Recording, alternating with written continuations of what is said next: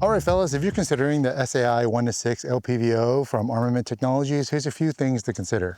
So it's a very unique optic in that it's one of the few 1:6s available in first focal plane. The reticle grows and shrinks, so your holes stay consistent throughout your magnification range. Now, typically a 1:6, I always say, works best in a second focal plane, because in the first focal plane, generally you don't need it because at 6x on the top end, you're always at max magnification when you're engaging in long range anyway.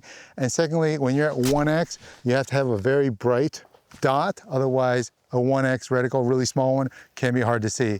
So you need a daylight bright reticle, which this optic does not have. Now, to make up for that lack of daylight brightness, is they created these arrows in the four corners, kind of guide your eye toward the center for fast engagement, so you can bracket targets with that reticle. And in practice, that works adequately, although, it depends on range and the contrast to the target. Now, on the plus side, this reticle has a very thin bezel and also a very wide field of view, so it's very flat looking.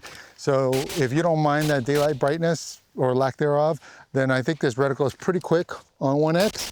It's definitely doable. So this adjustment ring runs really smooth. It's also got a kind of raised knots like the VCOG. So you really don't need an external throw lever from another company. You just use it with your whole hand. Now, at long range, a 6x is really where this reticle shines. And it is a crosshair reticle. It's got tons of hashes. This is a mill-based reticle, but you only get a choice of 3 BDC, so it's not evenly spaced. So no matter which BDC reticle you choose, the subtensions are posted on their site, so check those against your ballistics and make sure they match. And one nice thing about that drop ladder has numbers referenced along the right-hand side. You can use it for quick reference when you're shooting under the clock.